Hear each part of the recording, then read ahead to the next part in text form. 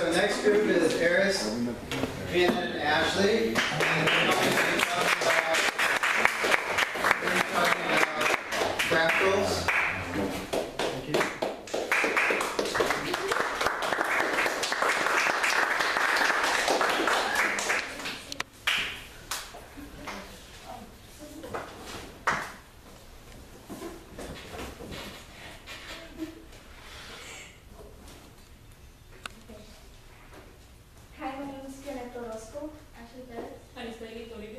And our project is about fractals. Fractals is a noun and a curve or geometric figure, each part of which has the same statistical character as the whole. Snowflakes are crystallizing water forms repeating patterns in snowflakes and on frosty surfaces. The patterns have inspired claims about the power of consciousness to affect matter, as was as one of the first described fractal curves, the Koch snowflake. Gaston Julia was a French mathematician who published the book An Iteration of Rational Functions in 1918.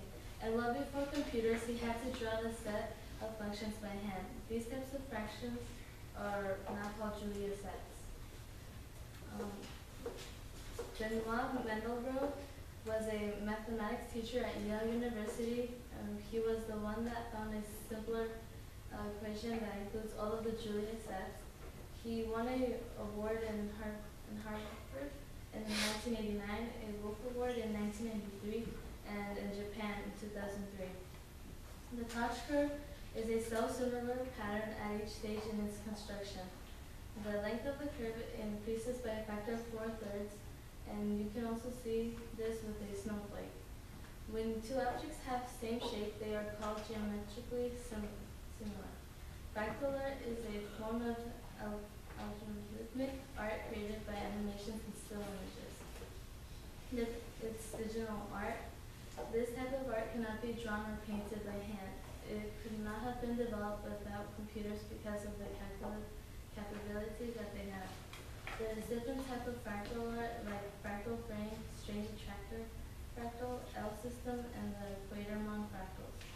Some artists are William Latham, Greg Sand, and Vicky Barton. The Mandelbrot set is a self-similar pattern, a set of points whose boundary is an easily recognizable two-dimensional fractal shape. One of the first exhibitions of fractal art was called map art. Fractals is just a self-similar pattern. Architecture and fractals. In India and Southeast Asia, temples and monuments exhibit fractal structure. A tower surrounding by smaller towers, and so on for 8 or more levels. And this one right here is famous. It's called Bat Mosaic, a famous site in Spain. It's not a fractal because the design, when you shrink it, it's not the same one. So it's not fractal. But this one, South Light, is a fractal. Europa is a moon of Jupiter about the same size as Earth's moon. It was first discovered by Galileo in 1610. Scientists are interested in Europa because there could be an ocean under its surface with life forms. Europa has very icy fractal surface. Lungs. The lungs too need to pack the greatest possible surface into the smallest space.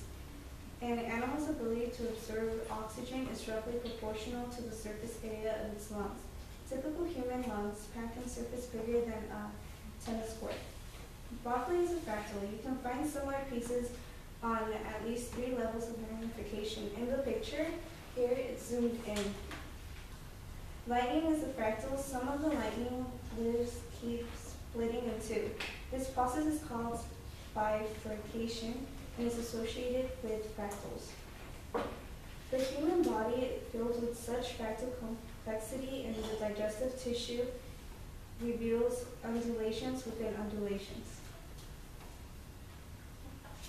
In conclusion, fractals are everywhere.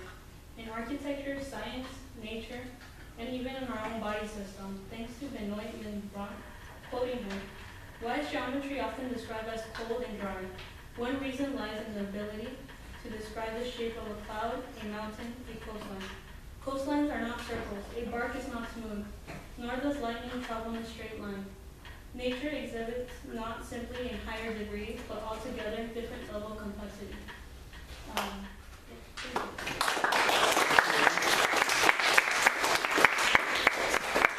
Excellent, excellent job. You tied it to architecture, history, science. You talked about mathematicians who are instrumental in discovering the concepts.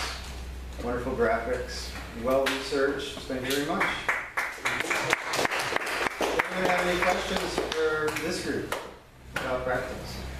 Very interesting topic. We don't usually focus on in beginning math, but it's something I wanted you guys to be at least exposed to.